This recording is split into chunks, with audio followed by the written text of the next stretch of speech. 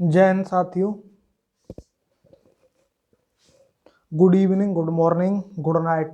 आप जब भी इस वीडियो को देख रहे हो आप अपने हिसाब से लगा लेना, ठीक है। जय हिंद, हमारी तरफ से जय हिंद। चलिए आज हम अब कुछ बजट पर चर्चा करते हैं। किस पे? बजट पर चर्चा करते हैं। बजट होता क्या है?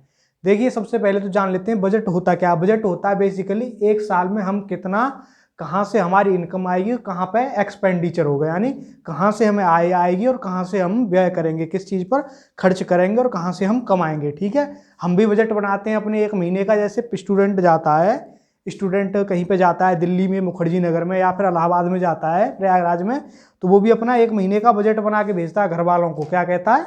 बजट बना के भेजता है कि कितना आएगा, कितना कहाँ पे खर्च करेगा और कितना कहाँ से आएगा। घर वालों से कितना आएगा, खाने पे कितना खर्च करेगा, पेंसिल रुपया कॉपी पे कितना खर्च करेगा, कितने रुपए का उसको खाना और कितने रुपए उसको कोचिंग से किराए में या किराए कमरे वाले को देने, ठीक है।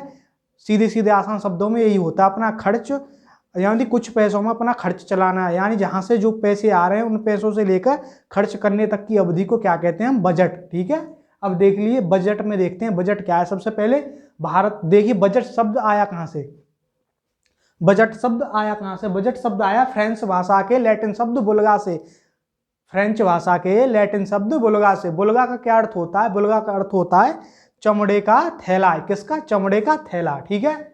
अब देखिए बुल्गा शब्द, बुल्गा शब्द से बुल्गा शब्द चमड़े का थैला, उसके बाद बजट शब्द आ गया, ठीक है। अब देखिए भारत में बजट का इतिहास, भारत में मतलब कुछ महत्वपूर्ण बजट। सबसे पहले भारत में बजट किसने पेश किया? पहला बजट भारत में जेम्स विल्सन ने 1860 में सबसे प्रथम उन्होंने पास किया, जेम्स विल्सन ने, ठीक है। आजाद भारत का सबसे सर्वप्रथम किसने और कब किया बजट पास किया, ठीक है। आजाद भारत का 26 नवंबर 1947, आर के सठमुख चेट्टी। और ये इसकी मतलब ये बजट कितने रुपए का था? बजट महज 171 करोड़ रुपए का था, ठीक है। और बजट पेश करने वाले प्रथम प्रधानमंत्री, बजट पेश करने वाले प्रथम प्रधानमंत्री पंडित जवाहरलाल नेहरू, 1958 से 1959 इन्होंने वित्त मंत्रालय संभाला होगा, तभी इन्होंने बजट पेश किया, ठीक है। अब देखिए प्रथम महिला जिन्होंने बजट पेश किया वो थी इंदिरा गांधी। कौन सी? इंदिरा गांधी। और पूर्णकाल के वित्त मंत्री प्रथम महिला कौन है? निर्मला सीतारमण। देखिए बजट ना पहले क्या था, 1955 से पहले बजट इंग्लिश में ही होता था। अब 1955 में क्या हुआ, बजट को हिंदी में भी पेश किया जाने लगा, यानी बजट का प्रकाशन हिंदी में भी होने लगा। अब देखिए कुछ बजट क्या होता है, कुछ बजट को ऐतिहासिक बजट हो जाते हैं। कौन से बजट? ऐतिहासिक बजट। कौन से? 1991 में, याद कीजिए, एलपीजी आया था, लिबरलाइजेशन, प्राइवेटाइजेशन, ग्लोबलाइजेशन। क्या आया था? एलपीजी रिफॉर्म आए थे, ठीक है, 1991 में। उसको हम ऐतिहासिक बजट कहते हैं, ठीक है। उस समय वित्त मंत्री थे कौन? वित्त मंत्री थे ये अपने पगड़ी वाले मनमोहन सिंह, और पीवी नरसिम्हा राव प्रधानमंत्री थे, ठीक है। अब उसके बाद क्या होता है, 2001 में इसका टाइम चेंज कर दिया गया। क्या कर दिया गया? Time change. 11 बजे पहले होता था, शाम के 5 बजे, ठीक है। उसके बाद क्या होने लगा? 11 बजे से, ठीक है। और 2017 में क्या कर दिया? 2017 में आम बजट और रेल बजट को मर्ज कर दिया गया, एक ही साथ मिला दिया गया, ठीक है। और उसमें समय क्या हुआ, पहले ना जो बजट था वो 28 फरवरी को पारित होता था, उसको डेट बदल के 1 फरवरी कर दिया गया, ठीक है। 1 फरवरी कर दिया गया। देखिए सबसे पहले बजट फ्रेंच भाषा का बुल्गा शब्द से हुआ, लैटिन भाषा के बुल्गा शब्द से हुआ। बुल्गा शब्द का क्या अर्थ होता है? बुल्गा शब्द का क्या अर्थ होता है? बुल्गा शब्द का अर्थ होता है चमड़े का थैला। किसका? चमड़े का थैला। प्रथम बजट जेम्स विल्सन ने 1860 में, ठीक है। आजाद भारत का 26 नवंबर 1947 आर के सटोमुख चेट्टी ने किया। इसकी महज कितनी करोड़ रुपए, कितने का बजट था ये? 171। अंतरिम सरकार में, ये मतलब अंतरिम सरकार में सर्वप्रथम इन्होंने किया। और प्रथम प्रधानमंत्री जिन्होंने क्या बजट पेश किया वो थे पंडित जवाहरलाल नेहरू। और प्रथम महिला जिन्होंने बजट पेश किया वो कौन थी? इंदिरा गांधी जी। कौन? इंदिरा गांधी, ठीक है। और जो पूर्णकाल के वित्त मंत्री कौन है? प्रथम महिला निर्मला सीतारमण, जो अब भी हैं, ठीक है। उसके बाद ऐतिहासिक बजट आता है। ऐतिहासिक बजट 1991 एलपीजी रिफॉर्म आए थे, ठीक है। हिंदी में बजट कब से पेश किया जाने लगा? ये क्वेश्चन आ जाते हैं कभी कभी, पूछ लेता है। 1955 से 56। 2017 में आम बजट और रेल बजट को एक ही कर दिया गया, मर्ज कर दिया गया।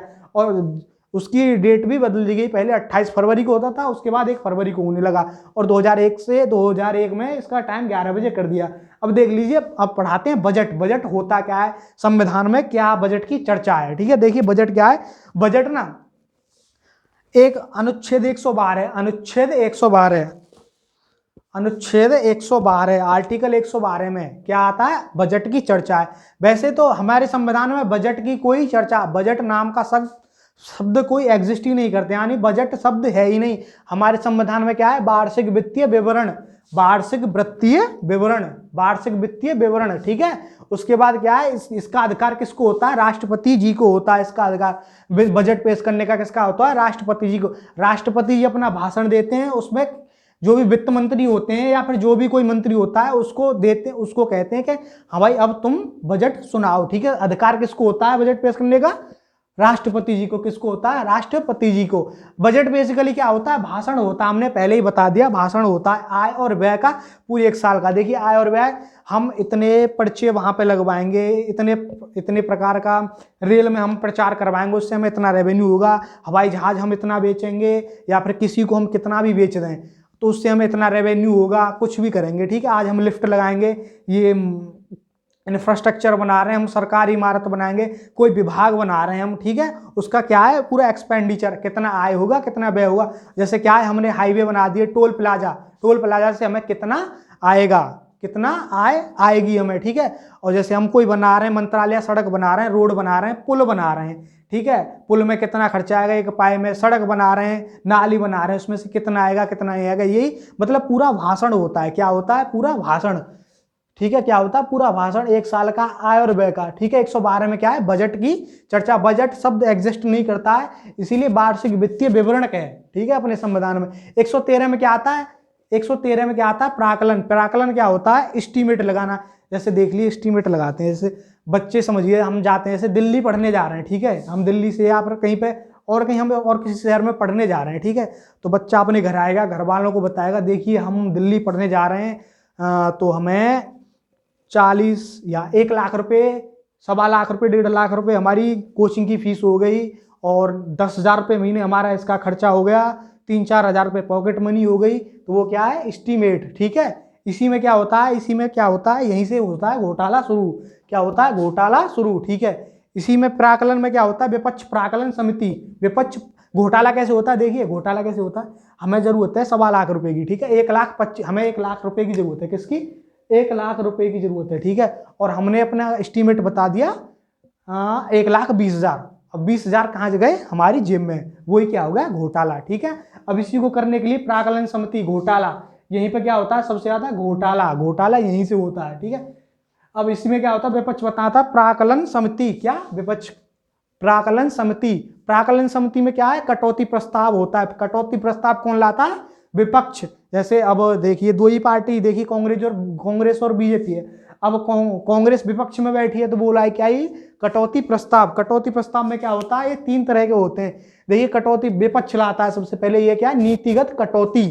क्या नीतिगत कटौती क्या होती है, इसमें बजट अस्वीकार कर दिया जाता है, और सरकार गिर जाती है। इसमें सिर्फ सरकार को बजट पास करने के लिए क्या दिया जाता है, सिर्फ 1 रुपया दिया जाता है। कितना, 1 रुपया। देखिए 50%, देखिए बजट पेश करने के लिए कितने की जरूरत है, 50% की, हाफ की, ठीक है। और इसमें सरकार अपना जो अविश्वास प्रस्ताव जो भी होता है, अविश्वास प्रस्ताव, वो पारित कर लेता है विपक्ष, और इससे क्या है, सरकार गिर जाती है, ठीक है। अब दूसरा क्या होता है, अर्थगत कटौती। अर्थगत कटौती क्या होती है, बजट को एक नॉर्मलाइज से, देखिए हमने बता दिया, हमने 1,20,000 रुपये घर से मांगे थे। कितने, 1,20,000 घर से मांगे थे। पापा या मम्मी या घर का कोई भी आएगा, क्या कहेगा, भाई इतने तो नहीं लगते हैं, कुछ ज्यादा ही बता रहा है। कितने, इतने तो नहीं लगते हैं, कुछ ज्यादा ही बचा रहा है। वो क्या करेंगे भाई, 1 लाख रुपए, 1,20,000 में से घटते 1 लाख रुपए हो जाएगा। वही हो गया, ये हो गया ये अर्थगत कटौती, यानी सबसे कम नॉर्मल रेट पर ले आना। जैसे सपोज करिए लार्सन एंड एल&टी एक कंपनी है, ठीक है, एल&टी एक कंपनी है। उसने statue of unity, Sardar Patel की मूर्ति का निर्माण कराया, ठीक है। उसने कहा, सरकार ने वहां पे कहा कि हमें, सपोज कर लीजिए, हमें 10 लाख करोड़ रुपए की जरूरत है। किसकी, 10 लाख करोड़ रुपए की। विपक्ष ने कहा नहीं, इतना तो नहीं होता है। अरे ऐसे कैसे हो जाएगा, घोटाला हमने भी किए हैं, तुम तो कुछ ज्यादा ही घोटाला कर रहे हो। क्या कर रहे हो, अरे कम करो, हमें भी 70 साल का एक्सपीरियंस है। क्या 70 साल का एक्सपीरियंस है, ठीक है ना, उसी के हिसाब से ये होता है। देखिए, अरे कुछ कुछ खाएंगे, हम दोनों ही खाएंगे, कुछ तुम खाओ कुछ हम खाएंगे, इतना कोई नहीं खाता है, ठीक है। अब हमने 10,000 करोड़ रुपए का बता दिया। अब इसमें क्या आएगा, कई सारी कंपनियां टेंडर डालेंगी। विपक्ष क्या करेगा, सबसे कम वाली को, मतलब कई सारी कंपनियां होती हैं, वो अपना अपना बताएंगे, इतना स्टील लगेगा, इतनी कंक्रीट सरिया पत्थर जो भी लगना है, इतने ऊंचाई पर इतने दिन में बनके तैयार हो जाएगी स्टैचू ऑफ यूनिटी। हम आपको एक उदाहरण दे रहे हैं, जो बनी है L&T Larsen and turbo company, उसने बनाया, ठीक है ना। उसमें क्या करेगी, और बहुत सारी कंपनियां अपना टेंडर डालेंगी। उसमें क्या होता है, जैसे कोई कंपनी कुछ ज्यादा बता देती है ना, तो उसको ब्लैक लिस्टेड कर दिया था सरकार, उससे कोई काम नहीं करवाती है, ठीक है। यही हो गया अर्थगत कटौती, यानी एक रेट को नॉर्मल रेट पर लाना। जैसे समझ लीजिए एक पुल है, उसका एक खंबा इतने रुपए का बनेगा, या फिर उस पर जो भी होना है, जो भी उस पर लेंटर वेंटर या पिलर विलर जो भी भरना है, उसका अर्थगत कटौती, ठीक है। अब तीसरी कटौती क्या होती है, सांकेतिक कटौती। सांकेतिक कटौती में क्या होती है, असहमत, यानी विपक्ष अपना असहमत हो जाता है। क्या, विपक्ष अपना असहमत हो जाता है। इसीलिए अब देखिए, कोई फर्क तो पड़ता नहीं है, 50% से पास होता है बजट, ठीक है ना। तो इसमें क्या है, जो भी जाना होता है चला जाता है, बाइकआउट कर देता है, नहीं हम जा रहे हैं, वॉकआउट, क्या हम संसद से वॉकआउट कर रहे हैं, ठीक है। उसमें क्या होता है, सरकार 100 रुपए छोड़ देती है। अब देखिए उसमें ना विपक्ष 1 रुपये सरकार को देता है, इधर सांकेतिक कटौती में क्या है, सरकार 100 रुपये 100 रुपये काट देती है, ठीक है ना। अब देखिए आ जाइए क्या होता है, अब विनियम। अब यहां से पैसा पास हो गया, कम नॉर्मल लाते लाते यहाँ पे पास हो गया। अब क्या है, पैसे निकालने की बारी, क्या है, पैसे निकालने की बारी, विनियोग। क्या 114 में, आर्टिकल 114 में क्या है, विनियोग। विनियोग किसको कहते हैं, पैसा निकालना। पैसा निकालना क्या है, विनियोग, ठीक है। देखिए 112 में क्या है, बजट की चर्चा। बजट शब्द का उल्लेख नहीं है, वैसे वार्षिक वित्तीय विवरण, ठीक है। ये क्या होता है, एक बेसिकली भाषण होता है, ठीक है। 113 में क्या है, प्राकलन एस्टीमेट बनाना, कितना खर्च हो जाएगा, ठीक है। अब यहीं पे घोटाले होते हैं। 114 में क्या है, विनियोग, यानी अब हमने एस्टीमेट तो बना लिया, अब उसके लिए पैसा कहाँ से निकलेगा, विनियोग से पैसा निकलेगा, ठीक है। उसके बाद क्या आता है, अतिरिक्त अनुदान। देखिए अतिरिक्त विनियोग क्या होता है, पैसा निकाल लिया हमने, ठीक है ना, पैसा निकाल लिया हमने। और अतिरिक्त अनुदान क्या होता है, देखिए आज हमने किसी को टेंडर दे दिया, ठीक है ना, और उसको बनाते बनाते पास होते होते 10 साल हो गए। 10 साल में महंगाई भी तो बढ़ती है। क्या होता है, महंगाई भी तो बढ़ती है, ठीक है। महंगाई बढ़ जाएगी तो जो भी उसमें, जैसे देखिए सपोज करिए मैं 10 साल पहले 10 रुपये दिए, 10 रुपये की टॉफी खा लो, ठीक है। उस समय मान लीजिए 100 टॉफी आती थी, ठीक है। हमें जरूरत है 100 टॉफियों की, और आज 10 रुपये की कितनी है, 20 टॉफी। 10 रुपये की 20 टॉफी या 10 टॉफी मान लीजिए, ठीक है, 10 टॉफी। अभी हमें जरूरत कितने की पड़ी, 90 की। अब इस 90 को पूरा करने के लिए, हम 90 टॉफियों को रकम को पूरा करने के लिए हम अतिरिक्त अनुदान लेंगे, सरकार इसको दे देती है, ठीक है। अब देखिए 116 में क्या है, लेखा अनुदान। देखिए लेखा अनुदान क्या होता है, अब उसको बता देते हैं। लेखा अनुदान से पहले आप समझिए बजट क्या होता है। बजट 2 प्रकार के होते हैं। देखिए बजट, आम बजट और अंतरिम बजट पेश किए जाते हैं। ठीक है, आम बजट और अंतरिम बजट को देखिए, ये क्या है, आम बजट में क्या है, ये पूरा 1 साल का आय और व्यय, ठीक है। अंतरिम बजट क्या है, इसको मिनी बजट कहते हैं। ये चुनावी वर्ष लाया जाता है, कुछ महीनों के लिए होता है, 4 से 6 महीने के लिए होता है, ठीक है। इसमें आय भी बताएगी सरकार और व्यय भी बताएगी, और विनियोग भी पारित होगा, पैसे भी निकले जाएंगे, ठीक है। विनियोग भी पारित होगा, क्या होगा, विनियोग भी पारित होगा। अब देखिए एक और आता है लेखानुदान। क्या लेखानुदान क्या होता है, इसको सुनिए। देखिए वोट ऑन अकाउंट, इसमें क्या है, ये भी चुनावी वर्ष लाया जाता है, ये भी कुछ माह के लिए लाया जाता है। इसमें क्या होता है, सरकार आय तो बताती नहीं है, व्यय बता देती है कि हमें इतने रुपए चाहिए, और ये नहीं बताती कि हम पे कितने रुपए कहाँ से आएंगे। इसमें भी विनियोग का कोई झंझट नहीं होता, एडवांस मनी जितना चाहो उतना निकाल लीजिए, इसका भी बताएंगे। लोकतंत्र की धज्जी उड़ा देती है और सरकार आ जाती है ओवर कॉन्फिडेंस। देखिए क्या होता है, देखिए लेखानुदान और अंतरिम बजट आपको एक जैसा ही लग रहा होगा। सपोज करिए दोनों कब लाए जाते हैं, इसको मिनी बजट भी कहते हैं, ये चुनावी वर्ष में ही लाए जाते हैं। किसमें, चुनावी वर्ष में, ठीक है। अब देखिए इसमें क्या होता है, अंतरिम बजट देखिए, बजट पूरा देखिए हमने फरवरी से 2021 से और फरवरी 2022 तक, ठीक है। कितने तक, 2022 तक। ये कितने का होगा, 1 साल तक, ठीक है। अब हमें कुछ महीने के लिए लाना है, हमें फरवरी 2021 से लाना है अप्रैल तक, ठीक है, कितने अप्रैल तक, अप्रैल तक, ठीक है। अब ये क्या हो गया, अप्रैल तक। अब ये हमें कुछ महीनों के लिए भी जरूरत है, ठीक है। अब इसमें हम क्या लाएंगे, अंतरिम बजट भी ला सकते हैं और लेखानुदान भी ला सकते हैं। अब देखिए इसमें क्या होता है, अंतरिम बजट में सरकार को ये सारे झमेले करने पड़ेंगे।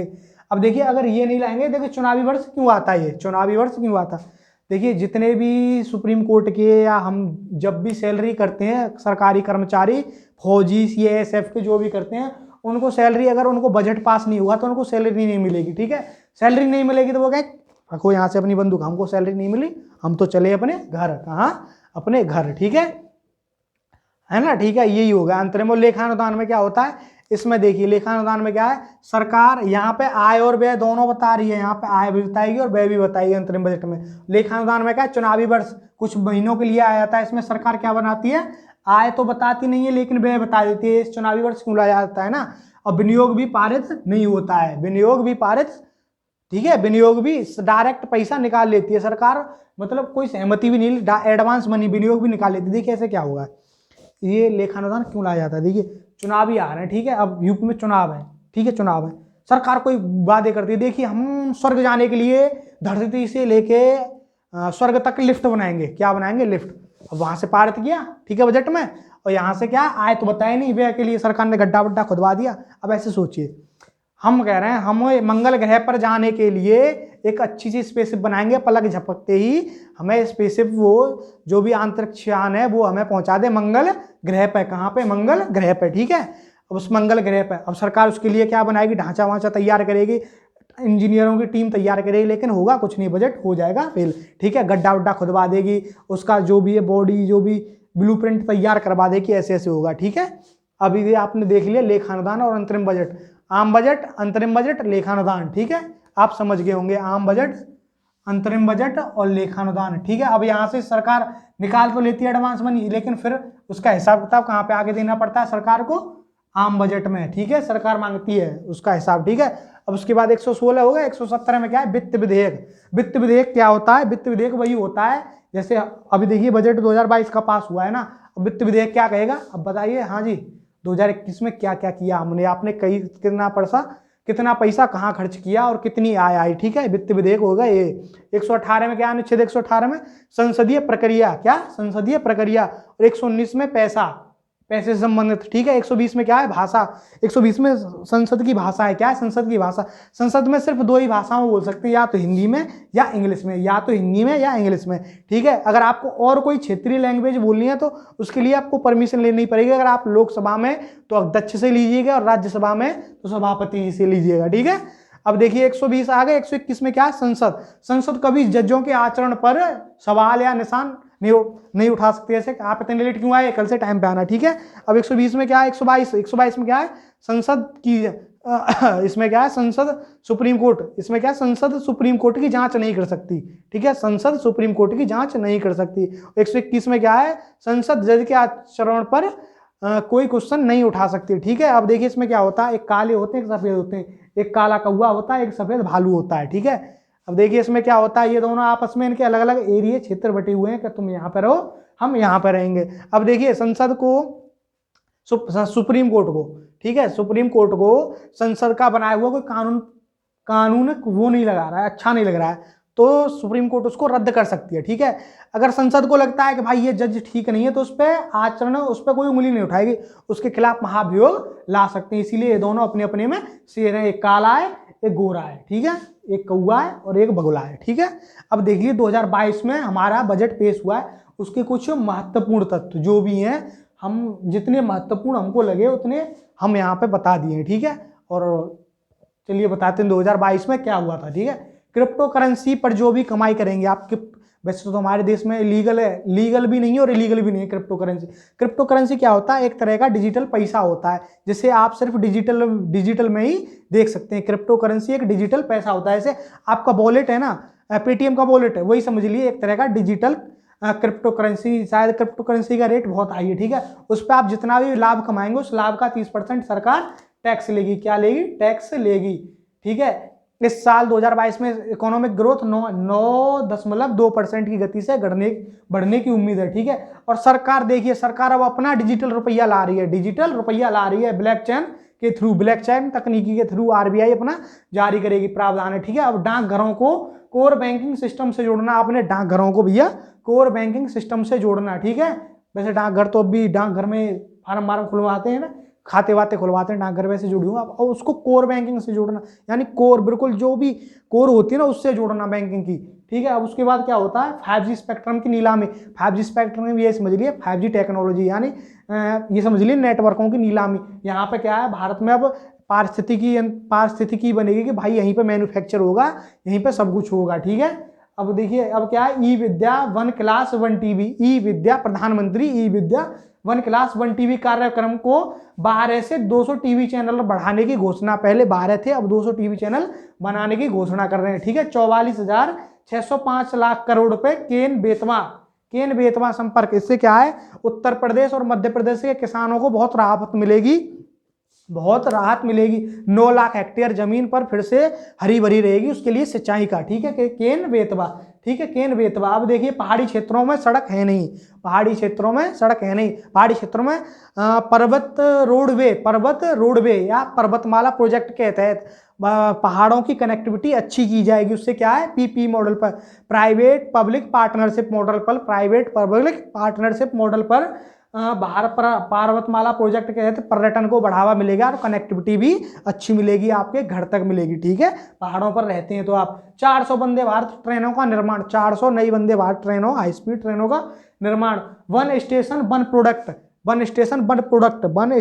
प्रोडक्ट का, जो भी ट्रेन में वो मतलब एक स्टेशन का एक प्रोडक्ट कोई भी प्रसिद्ध होगा। इससे क्या है, एक और थी, वो थी वन डिस्ट्रिक्ट वन प्रोडक्ट, उसको बढ़ावा मिलेगा, ठीक है।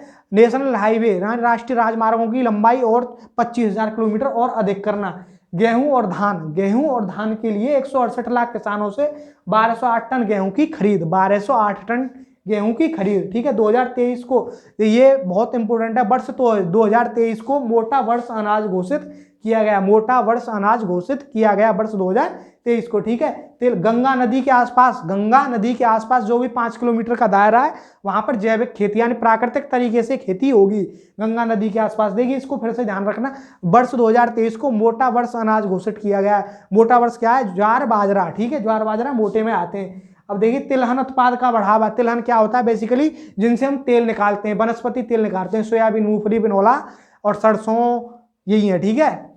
इनसे तिलहन निकाला है, इसका बढ़ावा बढ़ाने के लिए सरकार कदम उठाएगी और आयात कम करेगी, ठीक है। सरकार एमएसपी के तहत गेहूं की धान खरीद का 2.37 लाख करोड़ का भुगतान करेगी, 2.37 लाख करोड़ का भुगतान करेगी। अब देखिए और क्या है, चिप आधारित ई पासपोर्ट, चिप आधारित इलेक्ट्रॉनिक पासपोर्ट, ठीक है। सेना, अब आ जाइए सेना पर कितना खर्च है, सेना के लिए कितना बजट आया, 5.25 लाख करोड़ रुपए सेना पे खर्च करेगी सरकार। बजट पास हुआ है सरकार का, ठीक है, 5.5 लाख करोड़, यानी पिछले साल की अपेक्षा में 10% अधिक, ठीक है। सेना देखिए, अब देखिए 55,586 करोड़ सरकार एयरफोर्स को देगी। किसको देगी, एयरफोर्स को। देखिए आप जाइए, आप रडार खरीदिए, आप और राफेल खरीदिए, आप तेजस खरीदिए। अब देखिए अब सरकार ने इस बार और अच्छा किया है, इस बार बहुत ज़्यादा अच्छा किया है। इसमें क्या है, 68% जितने भी खरीदारी का सामान है, जो भी 68% खरीद होगी वो देश के अंदर मेड इन इंडिया यानी भारतीय कंपनियों,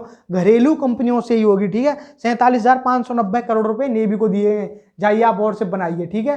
पनडुब्बी बनाइए। 17,000 करोड़ रुपए मॉडर्नाइजेशन से आधुनिकीकरण, जैसे हेलमेट, बंदूक, टैंक को आधुनिक करना, बहुत सारी चीजें, ठीक है। अब देखिए उसमें क्या, 1.5 लाख करोड़ रक्षा खरीद, 1.5 लाख करोड़ रुपए की डिफेंस खरीद होगी, ठीक है। उसमें 67% भारत की होगी, पिछले साल की तुलना में 13% अधिक है, ठीक है। 68% स्वदेशी खरीदारी और 1.19 लाख करोड़ रुपए पेंशन भोगियों के लिए सरकार पेंशन देगी। उम्मीद करते हैं आपको ये बजट पसंद आ गया होगा, ठीक है। जितने भी थे हमें जितने अच्छे लगे उतने हमने बता दिए। बजट 112 आर्टिकल बजट, उसके बाद 113 प्राकलन, 114 विनियोग, 115 अतिरिक्त अनुदान, 116 लेखानुदान, ठीक है।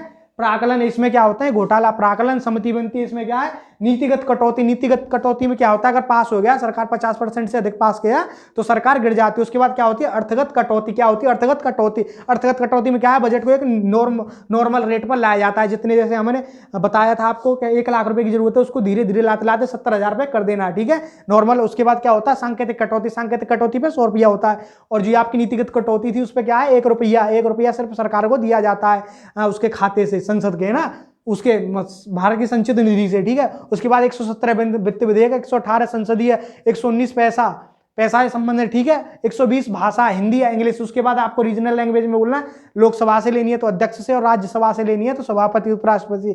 121 में संसद की चर्चा, 122 में सुप्रीम कोर्ट, यानी संसद सुप्रीम कोर्ट के जजों के आचरण पर कोई क्वेश्चन नहीं करेगी और सुप्रीम कोर्ट संसद में कोई हस्तक्षेप नहीं करेगा, ठीक है। उसके बाद क्या है बजट। बजट फ्रेंच भाषा का शब्द है, वल्गा शब्द, चमड़े का थैला। उसके बाद बजट जेम्स विल्सन ने सबसे प्रथम, और आजाद भारत में आर के जेटली ने किया। 171 पंडित नेहरू सर्वप्रथम प्रधानमंत्री थे। उसके बाद फर्स्ट लेडी इंदिरा गांधी, और पूर्ण काल के वित्त मंत्री वो थी निर्मला सीतारमण जो अब भी हैं। ऐतिहासिक 1991 एलपीजी रिफॉर्म लाए। 2017 मर्ज किया गया आम बजट और रेल बजट, और साथ ही इसका जो भी डेट थी इसकी 28 फरवरी से 1 फरवरी कर दिया गया। 2011 में 11 बजे शुरू किया गया। हो गया 5 मिनट रिवाइज कर लीजिए आप, ठीक है। जय हिंद।